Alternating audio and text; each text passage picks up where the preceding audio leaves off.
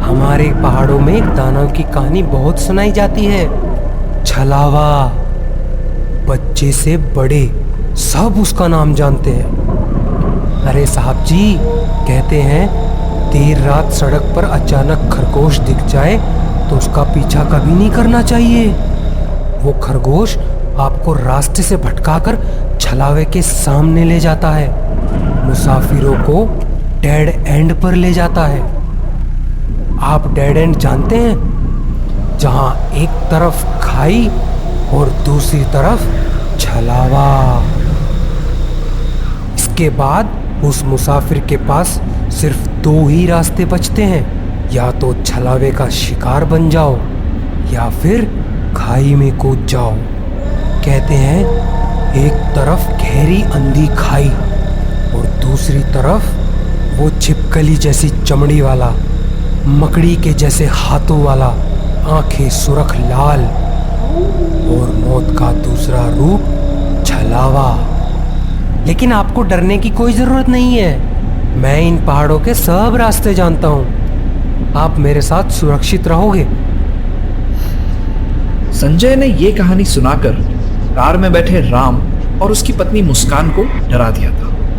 अब दोनों का गला सूख चुका था, अजीब तरह के कांटे उग गए थे। तभी राम उस ड्राइवर से पूछता है, तुम्हारे पास पानी मिलेगा? ड्राइवर पानी देने के लिए सड़क से नजर हटाता है। तभी गाड़ी के सामने एक खरगोश आ जाता है। सड़क पर देखो, खरगोश है। अरे अरे पागल औरत, पागल हो गई है तू तो। वहां पे कोई खरगोश नहीं था, समझी ना? तू ना एक काम कर, अपना मुंह ढाक और सो जा। बड़बड़ बड़बड़ बड़बड़, मरते मरते बच्चे तेरी बड़बड़ से अभी हम। राम और मुस्कान शिमला घूमने निकल गए थे। ट्रेन से कालका स्टेशन पहुंचने में उन्हें देर रात हो गई थी। आगे का सफर टैक्सी से करना था, लेकिन देर रात होने के कारण सभी ड्राइवर एक्स्ट्रा चार्ज मांग रहे थे। राम घंटों वहीं के ड्राइवरों से बहस करता रहा और फिर उसे संजय मिला। संजय का कद छोटा था और उसने सर पर कश्मीरी टोपी पहनी हुई थी। संजय राम के बताए पैसे में शिमला ले जाने के लिए तैयार हो जाता है। संजय राम का बैग उठाता है और देखता है उसकी बीवी के हाथों में कई सारा भारी सामान था। वो जैसे तैसे अकेली सामान रखती रही और राम उसकी कोई मदद नहीं कर रहा था। तभी संजय उसकी मदद करने के लिए उसके हाथों से बैग ले लेता है और संजय देखता है मुस्कान के गाल पर उंगलियों के निशान बने हुए थे। संजय कुछ नहीं कहता है, सामान रखकर कार को पहाड़ों की तरफ ले जाता है। रात के 2 बज गए थे। कार के बाहर अंधेरे के कारण कुछ भी दिखाई नहीं दे रहा था। पहाड़ों में घुमावदार मोड़ में पेट का पानी भी हिलने लग गया था। तभी मुस्कान को तेज उल्टी आती है और वो खिड़की के बाहर मुंह डालकर उल्टी करने लग जाती है। संजय उसकी हालत देखकर गाड़ी धीरे करता है और राम कहता है, ओ भाई साहब, यहाँ कहाँ रोक रहे हो? दिख नहीं रहा है क्या कितना अंधेरा है? अनजान जगह है, यहाँ कुछ भी हो सकता है, हमें तो यहाँ मत रोको भाई। राम के मना करने पर संजय उस जगह पर कार नहीं रोकता है। मुस्कान लगातार उल्टी पर उल्टी करती जा रही थी और उसका पेट दुखने लग जाता है। तभी मोड़ पर राम को एक दुकान खुली दिखती है।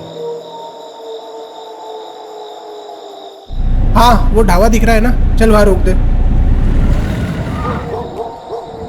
पहाड़ों की तेज ठंडी हवा से राम और मुस्कान के नाक और कान लाल हो गए थे। राम ने उस दुकान को चारों तरफ से देखा। राम 3 चाय और पानी की बोतल लेता है। पानी की बोतल मुस्कान को दे देता है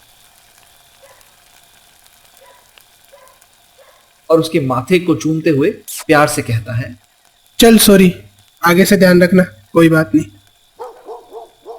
राम ने अपना हाथ मुस्कान के गालों पर रखा। उसका हाथ वही था जहां उसकी उंगलियों के निशान थे। वो तीनों चाय पीते हैं और दोबारा कार में बैठकर निकल जाते हैं। कार फिर से पहाड़ों के कोहरे में गुम हो जाती है। अब रास्ते में कार की सिर्फ हेडलाइट का उजाला ही दिख रहा। रास्ता लंबा था और थकान की वजह से राम और मुस्कान को नींद आ रही। वो दोनों सो जाते हैं।